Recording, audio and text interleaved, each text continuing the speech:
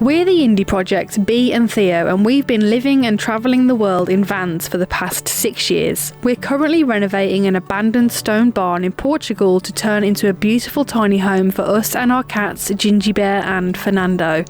Follow our journey from the very beginning as we document the whole process of creating an off-grid home. Good morning guys, welcome back to another video. It's currently 4 in the morning. I'm absolutely knackered. I only slept for about an hour and a half because I was running around like a headless chicken, getting loads of loose ends tied up and making sure everything was ready so that we could leave our property. In the midst of all that, Ginjey went missing, so I was freaking out a little bit and stressed because we obviously can't leave Ginjey here and head back to the UK. But now we have a long drive ahead of us. We've got a 6-hour drive from our land here in Central Portugal all the way to Santander in Spain, where we'll be getting a ferry that lasts about 22 to 23 hours, I think. And that goes all the way to Plymouth. And then we have another 300 plus mile drive to our base where we're going to be quarantining in the UK.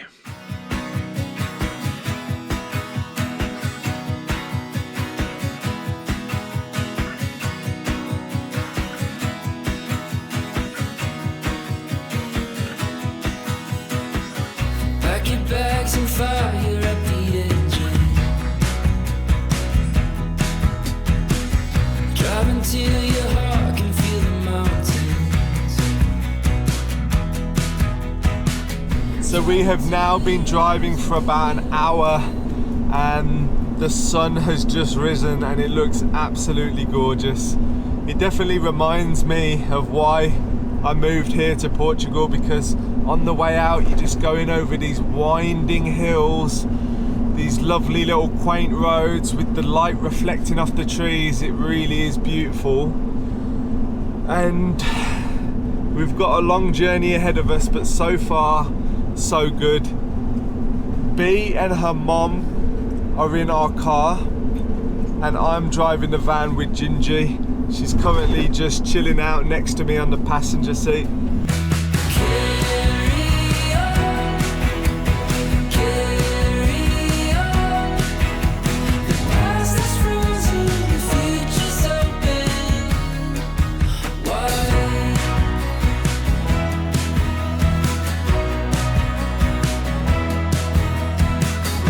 So we have now just crossed over the border from Portugal into Spain, and we've just pulled over quickly just to go to the toilet and get some drinks, stock up for the road. We're not going to be able to keep pulling over loads and loads, so we need to get there in pretty much all in one go from now. Maybe one more stop, but we can't hang around because we're cutting it close. And this is the setup that we're traveling in. We got the Duster as the support vehicle, looking lovely, and then obviously I'm in the Sprinter here, which is just an absolute beast. It's so nice traveling in the Sprinter van, drives like a dream.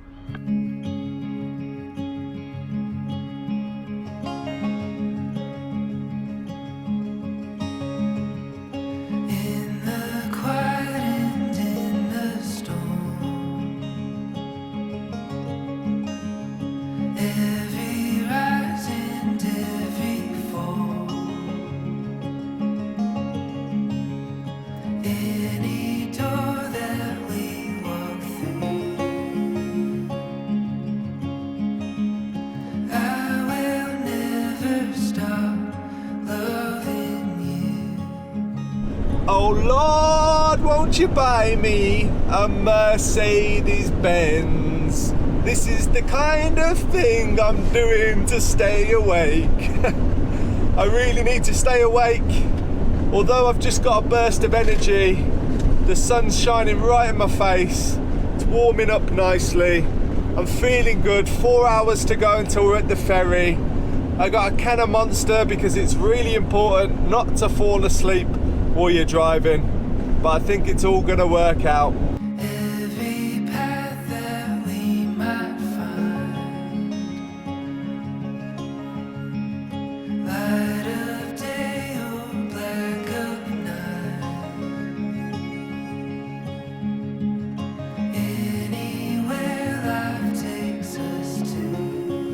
We're still on the motorway. We've got about 2 hours left of driving before we get to Santander, where the port is, where we catch our ferry. And I've broken out the leftover pizza. It doesn't get much better than this on a road trip.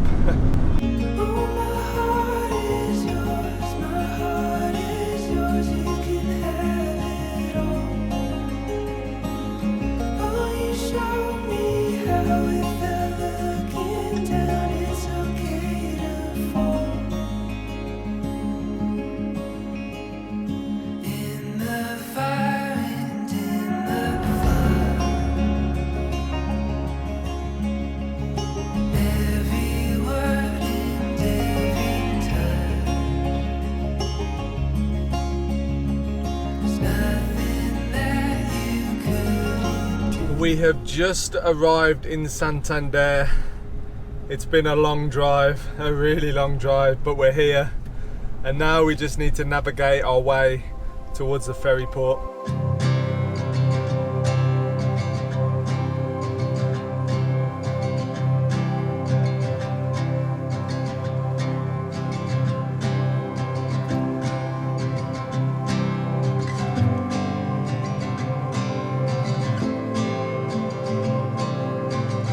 So I'm just in the queue to go through passport control, and look at these vehicles that have turned up. They're all wrapped and they've got these weird like packs on the back, and it looks like it's connected to the exhaust, and then inside they've got like almost like a massive computer screen. So if you know what they're doing, are they like testing some new technology or something?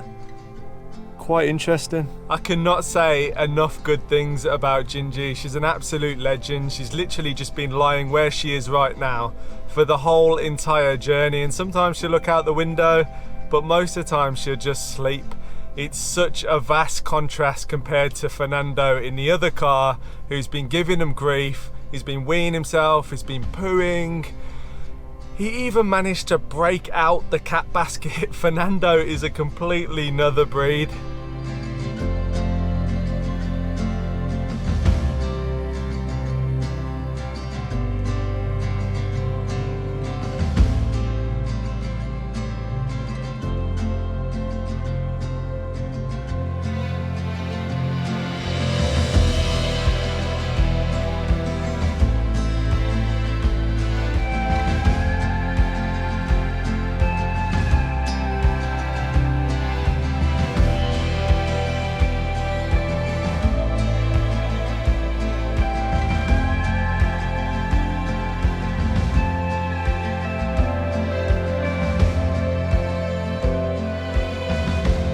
So I made it on the boat, and that was one of the most stressful things ever. They wanted so much documentation, and when you're this tired, sorting through all of that was pretty tricky, but I managed to do it.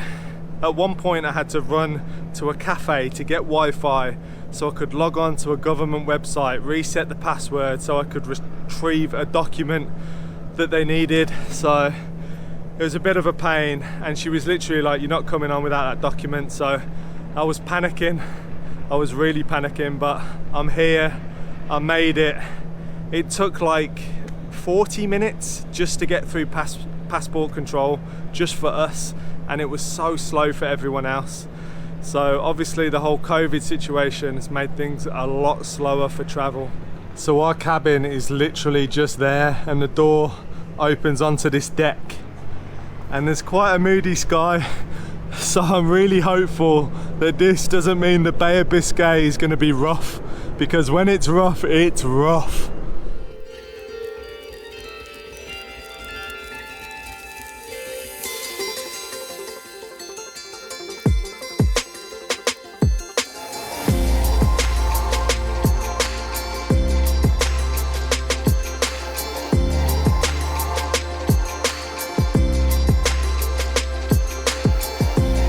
So I thought I'd do a little room tour to show you what it's like on one of these boats, and it's quite a nice room actually, quite spacious. They managed to fit a 4-berth in here, and we got all of our snacks ready for the long voyage. But yeah, it's actually really nice. It's one of the nicer rooms that I've stayed in on this boat. We've been on this ferry so many times. Basically you got like a sofa there, which turns into a bed. You've got a bed ready to go there. In the ceiling, you've got a bed, another bed there, and a nice, spacious bathroom as well. Sink, as you'd expect, toilet, as you'd expect, and a nice shower. I will be using that later. I cannot describe how heavy my eyes feel. I feel like I'm so ready to sleep for like 20 hours non-stop, so I think that's exactly what I'm gonna do. I'm pretty sure I've earned it. I've been looking forward to sleeping for a while. It's something that's not happened much over the last couple of weeks, but we're here, we're on the boat, and all we have to do is get let into the UK and mission successful.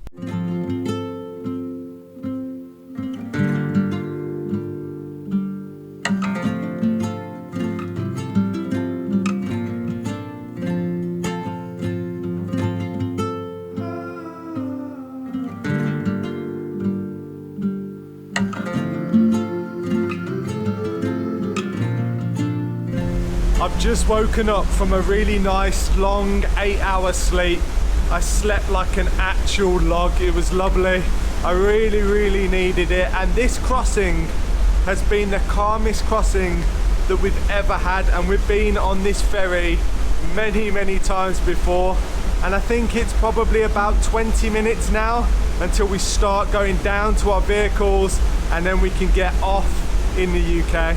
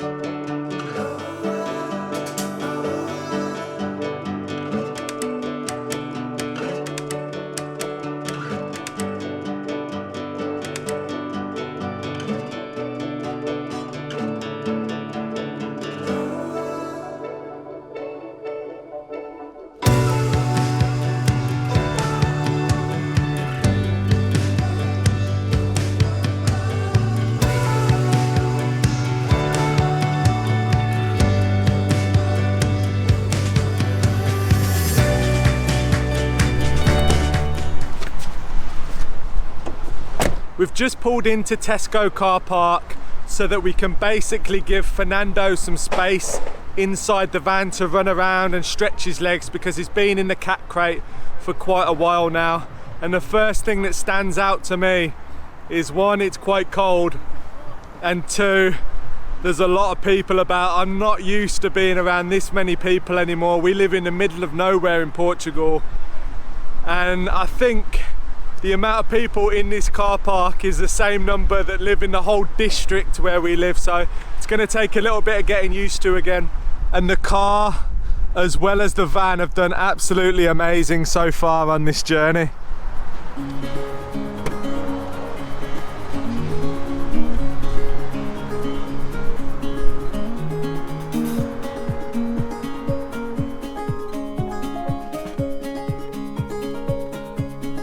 Furrnando! Furrnando!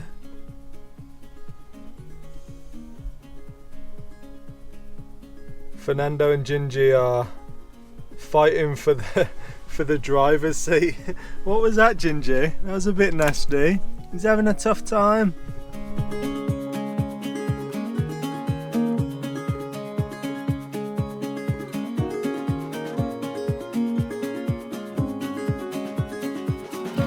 So we are back on the road, and travelling in the UK and England is a lot different from travelling in Europe. Everything takes a lot longer, so the sat-nav's saying it's going to take us about 6 hours just to get to Birmingham, which is just under 200 miles away. That's nearly the same time it took us to get from Portugal all the way to Spain yesterday, so it's pretty crazy. But anyway, we've got no choice. There's going to be lots of traffic, no doubt. It's Friday evening when we're approaching Birmingham, But basically we're going to Birmingham to drop Bee's mum off, that's where she lives. And then we are continuing another hour to Nottingham, and that is where me and Bee are going to be quarantining. So I've just had to pull over because Furrnando somehow has broken out of the cat crate again. Furrnando, you're an absolute nutter. Can you just be like Ginjey, please, when you travel? So I'm gonna have to put him back in his cat crate and find a way to fasten him better in there, but it's crazy. Stay there. Right, I got to put the camera down and go and sort this boy out. So Bee has taken back Furrnando because it just wasn't working having him in the front passenger seat with me. He was just going berserk. He's so much better off in the car where they can pay him more attention because I'm focusing on driving this on my own. And obviously I've got Ginjey as well I'm looking after. Unfortunately, Furrnando's just not good at travelling. It's quite crazy because it's just a stark contrast to how good Ginjey is.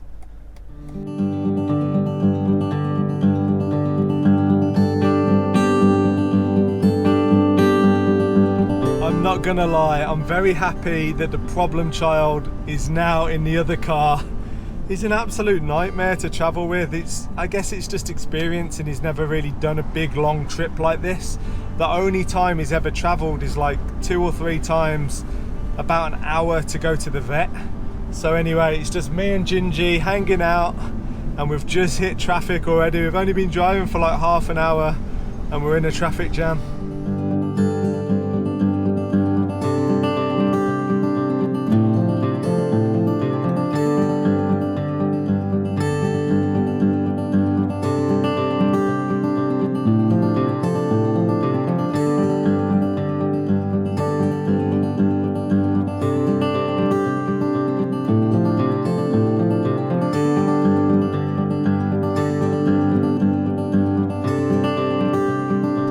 Ginjey still hasn't moved, and we've been in this traffic jam for a long while now. I haven't been in a traffic jam for over a year, and here I am back in the UK straight in a traffic jam. It's definitely something that I haven't missed about the UK, but fish and chips on the other hand, definitely miss them. It's surprisingly green because we've come from Portugal where it's summertime, where everything just dies and there's no green grass really unless the council are watering it. Here it's just lovely and lush.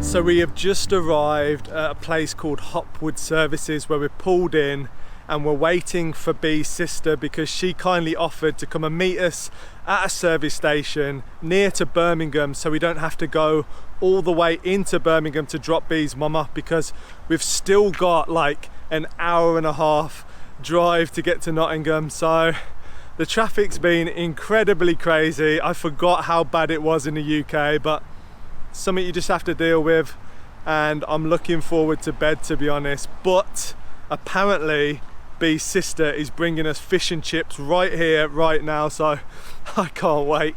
And while we're waiting for Bee's sister to turn up, I'm gonna let Furrnando run free in the van for a little bit just to stretch his legs before the last leg of the trip.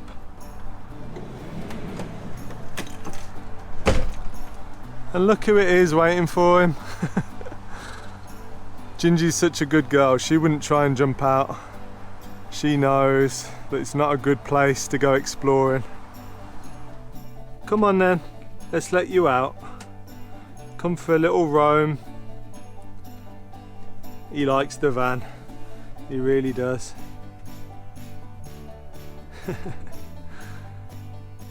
You can have a sniff around the van, stretch your legs a little bit. Furrnando and Ginjey are being really good together for the first time in their lives, because I know Furrnando doesn't like travelling, so we're giving him some time to just be out of the cat crate and roam around in the van a little bit, because he knows this van really well. And Ginjey's been such a good girl, I might even give you a little bit of fish. And Furrnando as well. I know he hasn't been great, but he deserves a bit of fish as well. Gonna play nicely together. What can you see? Can you see the fish and chips?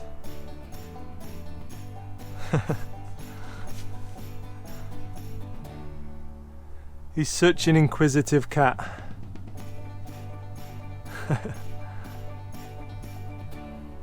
So Bee's sister just came through with some absolutely epic size portion of fish and chips. She knows me well.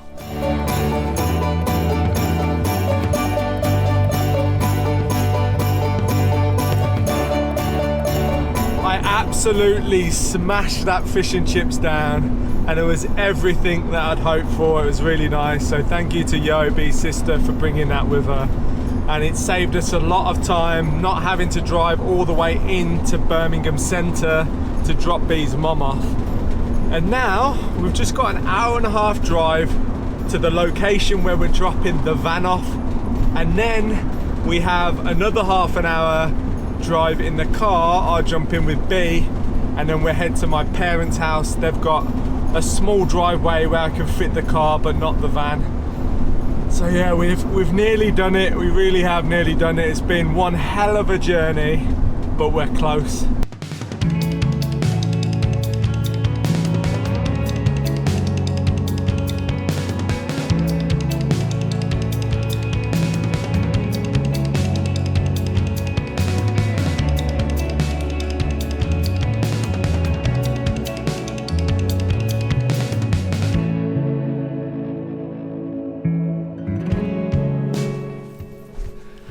So as you guys can see, we are not in the van.